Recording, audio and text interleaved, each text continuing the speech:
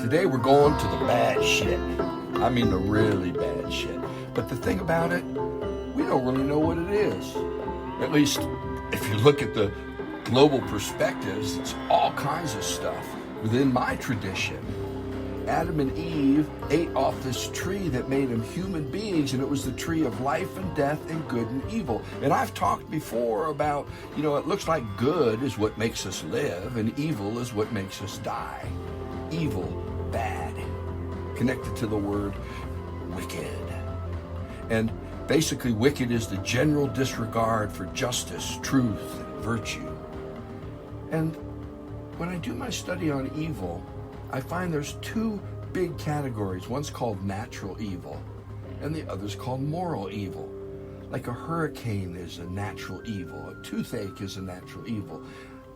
I have a hard time saying that. I'd say they're natural bummers. But if there's not an intent with it, it seems to me it can't be evil. It's not good, but it's not bad. And maybe it is good. I mean, a toothache basically says you better tend this. Over and over we see this great journey trying to decipher this aspect of who we are as a human species. And evil is kind of like cold in the dark. It's an absent thing. Cold is the absence of heat. Dark is the absence of light. And evil seems to be seen as the absence of good. But when we really look at the full breadth of definitions, we go back, the earliest are really probably Hindus, and evil is performing rituals wrong. It's ignorance left over from previous lives. It's failed responsibility. They have what's called a tapestry view, where evil is this necessary dynamic, and it's factored right into the universe. And if you get back far enough, what looks like evil isn't evil. It's just part of the big pattern, the tapestry. There's this whole aspect of strife and suffering creating evil. Over and over we see this. And in Confucianism basically is incorrect social behavior, incorrect relationships. Buddhism, it's the perpetuation of illusion. Greed, aversion, and ignorance, they all lead to suffering. And good and evil are part of this antagonistic duality that must be overcome, and that's what nirvana is about. It's transcending and moving out of the duality that's antagonistic and that we're trying to give some sense of today. Taoism is really interesting because nothing is essentially evil within Taoism in the same way we think about it. Yin and yang are both always present. And what is called evil is really the lack of balance between the yin and yang, the negative and the positive, a lack of harmony, if you will. So there's this kind of way that we see evil in the East. And when we get to the West, and I'll be honest, I got my degrees in theology, and Western theology is screwed when it comes to evil because, see, God did not create evil. Evil was created out of the freedom that God gave the angels, and this Satan dude, Lucifer, decided to move against God. So evil is actually the opposite of God, which is a bummer because God is light, and if God is light, that means you either got to be all light, and if it's all light, you're blind, you can't see anyway. It's the dark and the light that gives rise to our perception even. So in the West, angels created evil, and it entered human life. Darkness, sin, turning away from God and the light, the misuse of freedom. Evil becomes like a parasite state that perpetuates itself via the misuse of this life that we have. Freedom. And it separates us from God. Now today, if you really look at the field of philosophy, evil's put into three different categories. Metaethics, which is the nature of good and evil. What's called normative ethics, which is what's the best way to behave, and applied ethics, which is a particular moral issues. When we look at Trump, we're looking at applied evil, if you will, applied ethics. So I just laid out a whole thing. One of the things that caught my mind this week was Spinoza's writings, and he talks about consciousness being aware of good and evil through the emotions of joy and sorrow. And I thought that was very helpful to me. When I have a toothache, I'm getting ready to have some surgery, get a new hip, hurts like hell. I can call it evil, and because I'm sorrowful about it, it hurts and bums me out. Or I can see it within a context of how suffering and pain in human life are part and parcel of my life, and try to put them within that context. And that's the struggle, I think, for all of us. I think that was what Buddhists' struggle was all about, was putting this suffering within a context of waking up. So I just laid out a whole lot about evil, and again, our return to evil, it's something we have to keep returning to, because to be honest, there seems to be this backwash piece of human consciousness that emerges when somebody does something, even if it's for the good. There's a backwash that creates a shadow aspect, and that shadow aspect is seen as negative, and yet can there be any forward motion without that? And I think the Eastern religions are a lot better at answering that than the West. So I just laid out a whole bunch. Marianne, I'll let you lead off. Yeah, I think you did lay out a whole lot, and I'm still kind of, the idea that evil, first of all, evil does exist, I think, and it depends on how we define it, is kind of tells us where it comes from. So does it come from the heart of humanity? Does it come from fallen angels? Does it come from this duality that is necessary for a balance in life to exist? We did a show on suffering a couple of weeks ago, and if evil causes suffering, and suffering creates openings for us to be able to grow into who we are, does that mean that evil is necessary for human development? And so I think, so that's where kind of my mind goes, is where, what's the purpose of it? And we know that it exists, and natural disasters and natural evils, things that happen in the world that we have absolutely no control over. I think your questioning that, is that really evil, is valid, because or is that just a natural flow of the way life is evolving and working itself out? And you fill up and then you empty, you fill up and then empty, and it's the whole idea of death and resurrection, and we see that constantly in nature. And so I guess it's evil, bad, good, right? And it's, I think in looking at these things, there are definitely things that we do as human beings to each other that are harmful and hurtful, and with evil intent. And so if evil is to inflict harm, what control do we have over that within ourselves? And is that where the real battle rages within each human being, within each human psyche, to battle out? Do we want to advance humanity, or do we want to hurt humanity? So that's kind of where I fall with evil. How about you, Bob? Well, it's a very elusive term, because one man's evil is another man's striving to be good. And you mentioned, a lot of different viewpoints from different religions around the world and so forth. And I too have tried to examine them and tried to see what truths I could glean from them, and what explanations seem to ring most in my inner being. And I have to come back to my favorite term that I always throw out, which is balance.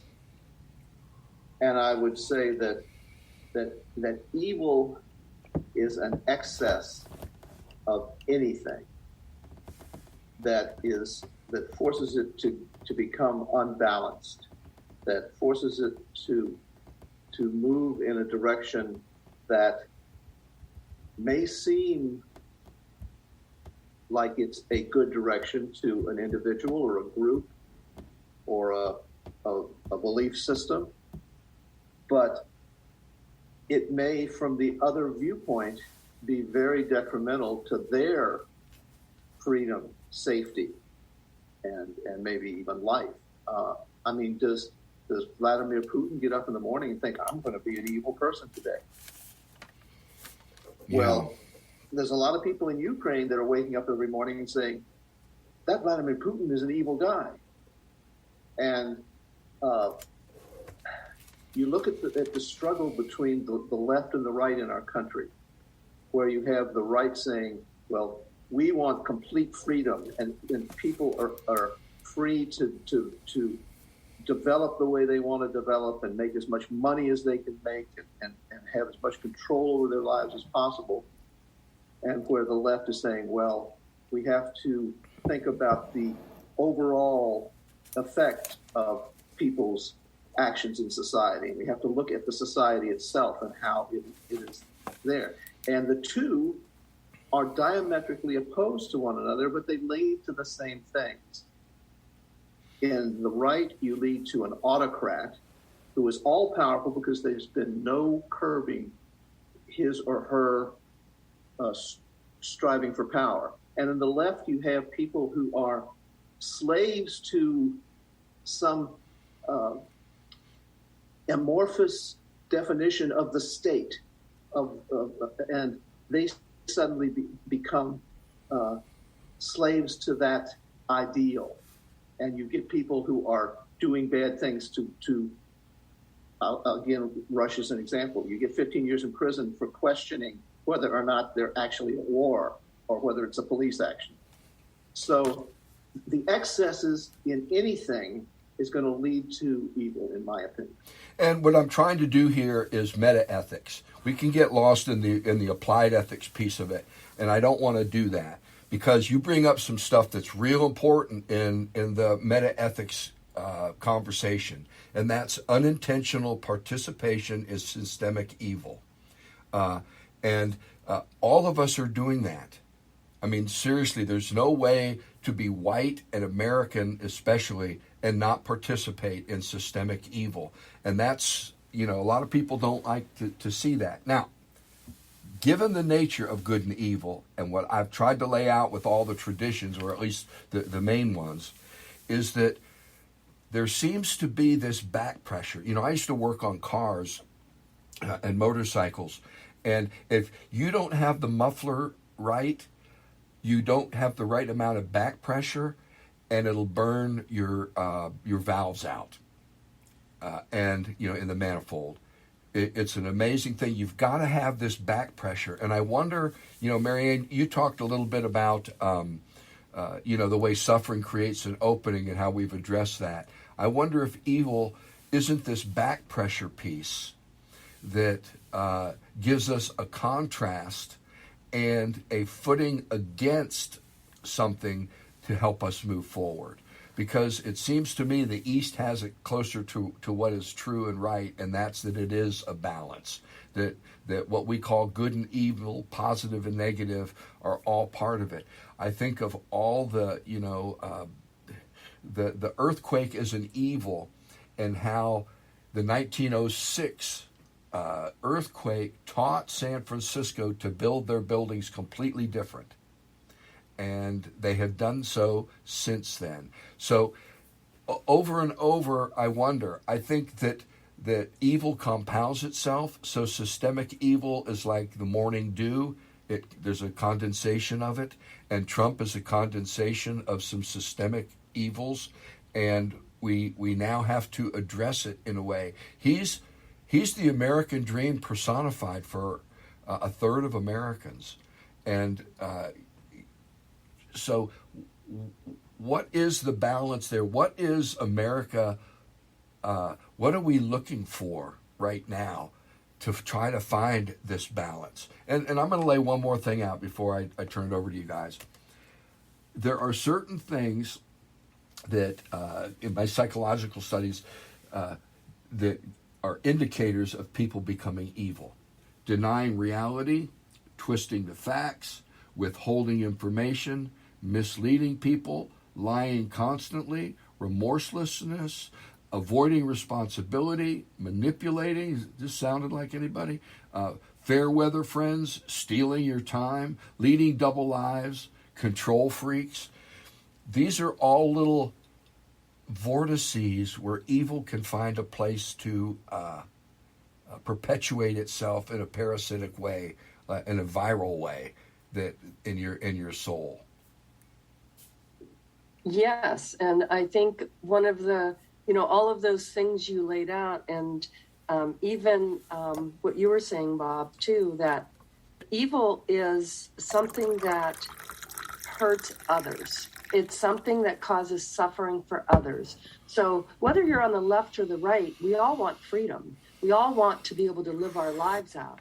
It's the method of doing that creates, and that list that you just gave is kind of an indication into what is it that hurts others versus what is it that promotes, life for everyone, and that everyone is entitled to life, liberty, and the pursuit of happiness, basically what our country was founded on. The word evil, I remember the first time it was pointed out to me that the word evil is live spelled backwards, right? And so is evil embedded into living? Is it part of this whole process? Is it something that we're trying to understand, just like we're trying to understand suffering? But is it something that we can control and that we have power over? And I go back to what I said earlier about, I think that battle rages within each one of us. And then we take that out into the world, and then it becomes greater in the world, depending on how many people are wrestling with that within themselves and choosing to not be self-serving, but to be other-serving, to be, going out for the greater good. Amen. And I think we're back to, the question of health and wholeness. I think this is part of the journey is, and Bob, I thought we're pointing this out very well, and that's that, we're participating unintentionally in these systemic stuff. And some of us are now saying, I'm not sure if we look at this in a whole way, it's fair to everybody. And it's hurting other people. The key here is, how do you stand against that evil and still stand in a way that shows that even that evil is part of the whole gig? And the Gita talks about that quite a bit. It's just part of your dharma. It's part of the way that you come together. I think, Bob, when you were talking about your systemic thing, I think that is addressing the nature of good and evil at a whole new order that the human family has not been able to embrace. I think that Marianne, you make that interesting coincidence or synchronicity, however you want to look at it, between evil being lived backwards. I would add to that evil only is recognized when we become self-aware. Animals who do not have self-awareness don't recognize the fact that a tiger is going to eat them as evil. They're just trying to continue their life.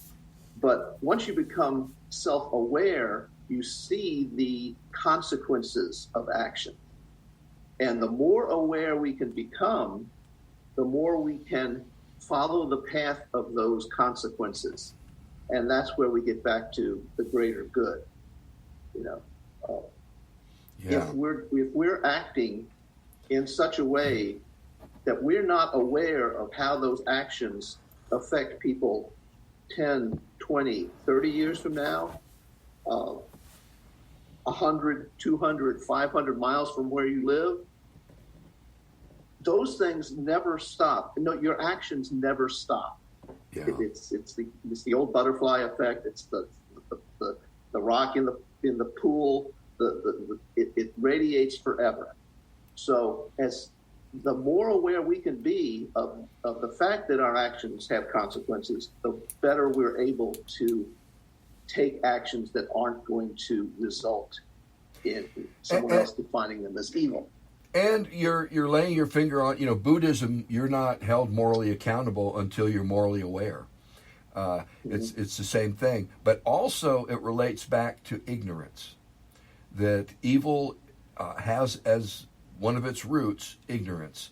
We do stuff because we don't know any better.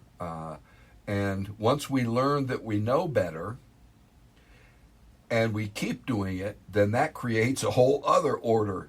And that's where we are right now. We have discovered that we have created a whole order of understanding that itself is inherently evil. Now, the whole, critical race theory and anti-critical race theory is really a movement against wanting to own this new piece that we're learning about, which is it's systemic. And it sucks, man. This is bad shit. People get hurt. And I think, Bob, when you brought it back to making other people suffer, that is huge. The systemic racism has kept a whole race of people at a level of suffering and injustice. Remember, wickedness, the general disregard for justice, truth, and virtue. Think of Trump at the Arlington Cemetery saying, "What a bunch of fools." You know what you said about ignorance is really resonating with me, because to me that lines up with unintentional and natural evil. So it's something that is kind of baked into us until we learn better. And then once we learn better and we still choose to do things that hurt others, that becomes intentional evil. And that becomes something that I don't know if it's unawareness or if it's selfishness. It's wickedness. That's where I see. That's where I see true wickedness, is when you have woken up and yet you still continue to perpetuate an understanding that is good for you, but is contrary to what is true and real. Because you've learned to manipulate the others and the outside arena. Well, there's a reason why Trump said that he really likes the uneducated. Yeah. He wants his followers to be as stupid as possible. He wants them to follow whatever he says and not think for themselves. And that is a truly evil perspective. If you're looking for the greater good, you want people to be as aware as possible. You want to get inputs from as many people as possible to see the effects of your actions. Yeah. And to now, whether he's self-aware, that's another big question. But well, then there's Vlad the Impaler and Vlad the Manipulator. I mean, he's got an approval rating of like 80-some%. Putin does in Russia, because the Russian people don't see what's happening. He has literally also you can't take a poll in Russia. Yeah, that's believe in it, because if a pollster says to a Russian, "Do you support Putin?" then he's got a choice. I either say yes or I go to prison for 15 years. Now, it's a pretty easy choice. Okay, that's a great piece of evil right there. I Yeah. mean, and that's what we're trying to see. You know, when people are talking about a work environment with a toxic worker, it's usually because they are investing in these little vortices of evil behavior that I laid off of earlier, you know, from psychology, that you know, manipulating, holding certain truths, you know, Misinforming. yeah, the whole thing. And I think that we are right now, along with Arjuna, in a battle between good and evil. It is a battle between truth and lies, and it's very, very clear for many of us what's going on here, and it's in my mind, we are facing a battle of biblical proportions, and we better have a sense of what true evil is before we start siding with systemic issues that there is no way you can. It's big tar baby. You can't touch it without being stuck. Marianne, go ahead. Well, I was just going to say, and yeah, isn't struggle between good and evil, and I think that people have to make a decision and pick a side. And you know what you were talking about, Bob, where people who are ignorant and don't want to be educated, don't want to know. So I think there's that idea of taking responsibility is hard work, and it means you have to make decisions, you have to choose. And there is a great many people in our population that just want to be told what to do. They want their life to be simple, they want it to be prescribed, and then they are not responsible for whatever happens. So they're not going to be responsible for the evil in the world because they were just following orders. Amen. Or they were just doing what they were told. And so I think that it's mankind's struggle. And are we you ever just- going to figure this out? And you just put your finger on another big root in the system, and that's the ability to respond, our responsibility. You can't defer that to someone else in the end. So I can't believe it, but this evil was very quick. Bob, final comment? Well, again, I'm going to echo what Marianne has been saying, and that is that each individual has to make a choice. And hopefully we, as a society, can provide the information that will allow people to make more intelligent choices. You know, is the Russian soldier who's committing atrocities, is he responsible for his war crimes? Yes. Is Putin ultimately responsible for putting him in that situation? Yes. They're both responsible, but that nobody made that Russian soldier commit an atrocity. And that Russian soldier has to make a decision for himself or him or herself. Yeah. So it gets back to awareness of ourselves, awareness of our actions, and the striving to do better. Amen. Marianne? Yeah, I think, just to keep on with that analogy of the battlefield, I think we're all on a battlefield. And I think that what came to mind was, and I'll probably get this quote wrong because I'm not a biblical scholar, but Jesus said something along the lines of, you who are lukewarm, I will spew you from my mouth. And so to me, it's kind of, the way I take that is you have to choose. You can't try and stay in the middle when it comes to these large questions of life. And I think that we are all out there trying to do the best we can with what we have and being aware of the consequences of our actions and then correcting when we see that they have gone wrong. The road to hell was paved, I guess I'm full of quotes today. The road to hell is paved with good intentions. And so even if you have a good intention, if those consequences are harmful, then that is not a good act and you need to correct. So, Amen. Being aware. And of course, everything circles back to, when it comes to morality and empathy, to the golden rule. It does. It's an amazing thing, this being part of each other. There's a song I wrote years ago, and it was called The Final Fight. And as we were talking today, I realized, in the cartoons, there's an angel on one shoulder and the devil on the other, and we're caught in the middle of good and evil. And, I don't always like those terms, good and evil, but there is definitely a battle going on. And I think that making this battle clear within us and without us, so that they're the same battle, is an important piece. Because I know, in the end, the final fight is inside of me. It's nowhere else. It's right there. It's interesting, when Alexander the Great was in India, he met a group of monks on a narrow pass, and he wouldn't give way. And he said to the monk, "You need to move. I have conquered the whole world." And the monk said, "No, you need to move. I've conquered the need to conquer the whole world." You see, we're all left in this place where we have to do our own battles.